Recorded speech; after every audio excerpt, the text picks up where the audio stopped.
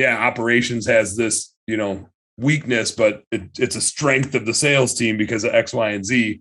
It created some like weird but useful conflicts. It's time for bookkeeping, beer, and BS.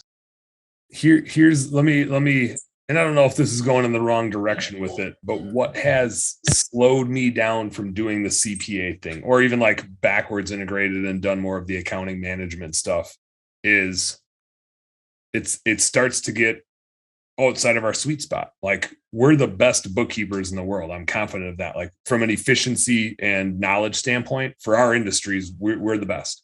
I truly believe that. If we bring a CPA in, I know that we're not going to be the best CPA in the world. Maybe we can get there, but I'm always torn. Like, the entrepreneurial Dan is like, let's do more things, shiny objects, cool. I want to do this and I want to do that. And then like the having made this mistake millions of times, Dan is like, no, keep doing the thing you're really freaking good at and just do it over and over and over again and stay out of all these distractions. And so part of me is like, yeah, that's a weakness of ours. How, like, is there a period of time where we should leave it there and just make our strength that much better and keep capitalizing on the strength to grow the business faster, better, whatever? And then maybe when we have the capacity or the resources or whatever, is there like a right time to try to turn that weakness into a strength? Yeah, and these are all just things that you want to improve on, right? It doesn't have to be next week. Mm-hmm. But with all this stuff too, is there collaboration that you can bring in, or a partnership? Can you work with the best CPA right now to get a kickback on any business you throw their way? So you've got this strong partnership of like, we're rocking and rolling because everybody knows what's going on. Mm-hmm. So a lot of yours can go into the opportunities too, right? Yeah. But it's still it makes you think differently. Okay, if those are our weaknesses, then meet with the management team. How do we push that into strengths? Is it collaboration? Is it hiring this person? What's the benefit, pros, cons for each? Is it feasible to even hire somebody with that license and then go through all those regulations? Or we just have a sister company that we partner with and eventually buy that can be that leading CPA firm.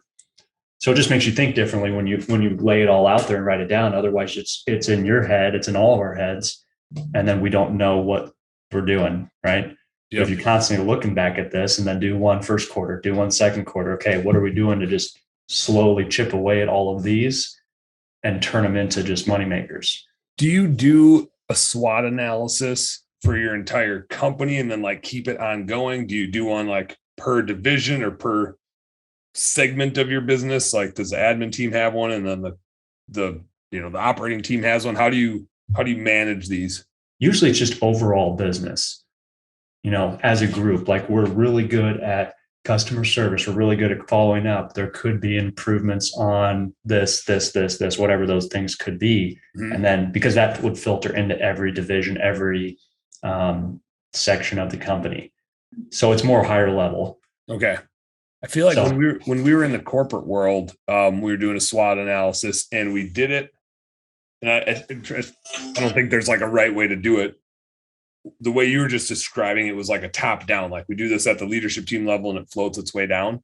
I think in our company at that point in time, we had 800 employees, and each, like, the operations team did one, the sales and marketing team did one, the accounting team did one, and then they rolled them all up. And then, like, some were consistent and some were competing. And so it like created a really good dialogue between teams. Like, well, yeah, operations has this, weakness, but it's a strength of the sales team because of X, Y, and Z. It created some like weird but useful conflicts.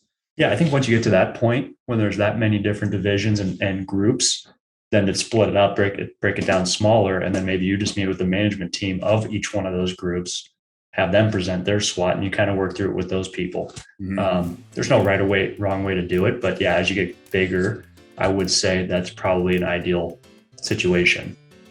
I dig it.